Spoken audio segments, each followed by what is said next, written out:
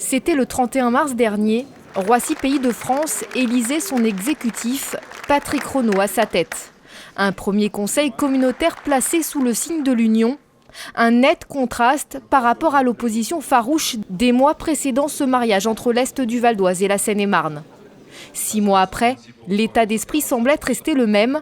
Les 105 élus ont voté à l'unanimité les statuts de la nouvelle agglomération, la colonne vertébrale de l'institution.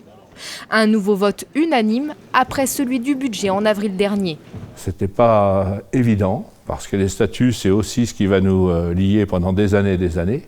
Et c'est effectivement le cadre de nos interventions futures. Née le 1er janvier dernier, la super agglomération de près de 350 000 habitants avait connu des débuts difficiles, bloquée par plusieurs actions engagées par la Seine-et-Marne et certaines villes du Val d'Oise.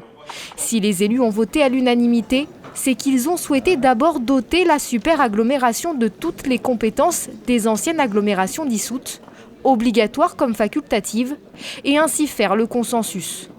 Et de se donner le temps d'en affiner les contours par la suite. Si tout le monde a voté aujourd'hui les statuts, c'est qu'on a essayé d'aplanir des points de divergence. Maintenant, la discussion va s'ouvrir. De ce fait, il va falloir qu'on fasse un budget total et en fonction du budget, on regardera ce qu'on peut aussi garder en communauté et ce qu'on peut ne pas garder.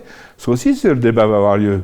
On peut se faire plaisir en mettant beaucoup de choses à l'intérieur de nos statuts et si on n'a pas les moyens de le faire, il faudra bien qu'on revienne en arrière. Les 105 élus ont jusqu'à décembre 2017 pour affiner le périmètre d'intervention de Roissy Pays de France, au-delà des compétences obligatoires comme le développement économique ou encore le ramassage des ordures.